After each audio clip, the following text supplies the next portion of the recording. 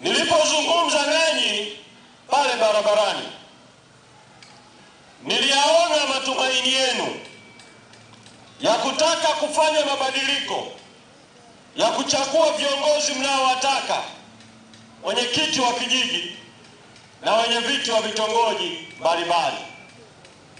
Niliyaona matarajio yenu ya ushindi. Nilisikia sauti yenu ya kutafuta haki. Nikawanadi wagombea waliokuwa wamebaki baada ya wengine kuenguliwa, na mimi nikasafiri kuelekea kwenye mikutano maeneo mengine. Shughuli ikabaki kwenu kwenda kupiga kura tarehe 27 mwezi wa 11 mwaka 2024. Nikafuatilia baadaye, nikiwa nimerejea makao makuu ya chama baada ya ziara kwenye mikoa mbalimbali, nikafuatilia nini kilitokea tarehe 27 mwezi wa 11 mwaka 2024 kwenye uchaguzi wa vijiji na vitongoji hapa. Nikaelezwa namna ambavyo viko vituo vya kupigia kura ambapo upigaji kura ulicheleweshwa mpaka saa 6 mchana na vingine mpaka saa 7 mchana. Kweli si ndio? Lakini nikaambiwa vile vile kwamba hatima yoyote wakaletwa polisi, wengine ikiwa ni polisi kutoka mkoani, wakapiga wananchi, wakapiga mawakala siku ya kupiga kura. Kimsingi uchaguzi ukaporwa hapa Dumila.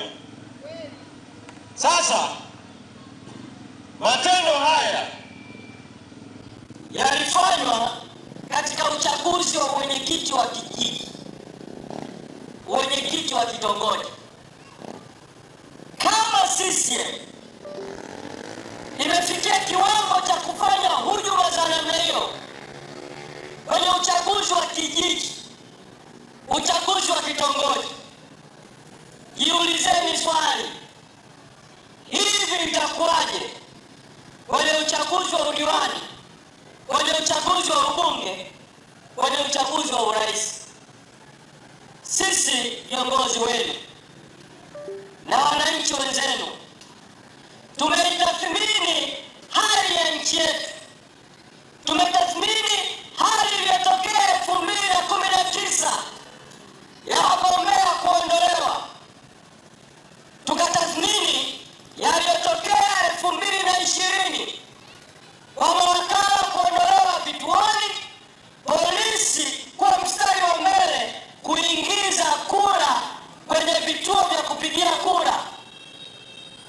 Tumetathmini vile vile yaliyotokea mwaka 2024 na tumefikia hitimisho na kwamba mazingira ya kiuchaguzi yakiwa haya ya tume hii, ya katiba hii, ya sheria hii, hizi hata uchaguzi wa mwaka 2025 wa udiwani, ubunge na urais utakuwa wa ovyo kwelikweli. Na ndio maana tumeweka msimamo kwamba bila kufanyika kwa mabadiliko ya kikatiba na kisheria yatawezesha uchaguzi huru na haki, kusiwa na uchaguzi mwaka huo wa 2025. No reforms, no election. Sasa tunakuja kwenu Dumila, kwa sababu nyinyi ndio wapiga kura wenyewe. Sisi tumeweka msimamo na tumezunguka kanda mbalimbali. Msimamo huu umeungwa mkono na wananchi. Tumekwenda kanda ya Nyasa, mikoa ya Mbeya, Njombe, Iringa, Songwe, Rukwa. Tumekwenda kanda ya Kusini, Ruvuma, Lindi, Mtwara. Wananchi wanaunga mkono no reforms, no election. Tumetoka huko tumekwenda Victoria, kanda ya Victoria, tumekwenda Kagera, Mwanza, Geita. Tumezunguka kote huko. Wananchi wanaunga mkono no reform, no election. Tumetoka kanda ya Victoria, tumekatiza tumekwenda kanda ya Serengeti, mkoa wa Mara, mkoa wa Shinyanga, mkoa wa Simiyu, wananchi wanaunga mkono no reforms, no election. Tumekuja kwenu kanda ya kati, mkoa wa Morogoro. Naomba niwaulize tu, wangapi mnakubaliana na sisi kwamba no reforms, no election? Vidole viwili juu. No reforms, no election. Wale mnaamini no reforms, no election, vidole viwili juu. Vidole viwili juu. Viko hapo, si ndio? Vidole viko hapo, si ndio? Asanteni sana kwa msimamo wenu huo. Sasa jambo la pili ambalo tutamani vile vile kusikia kutoka kwa wanadumila.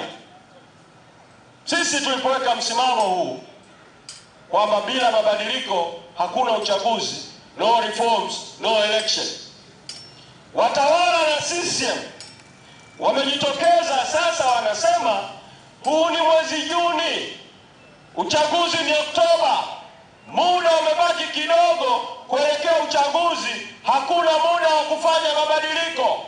Sisi tunawaambia kama mnasingizia muda, sisi tuko tayari hata uchaguzi usogezwe mbele mpaka kwanza mabadiliko yafanyike. Sasa tulipoweka huu msimamo, wanasema kwamba huo ni msimamo wenu tu viongozi.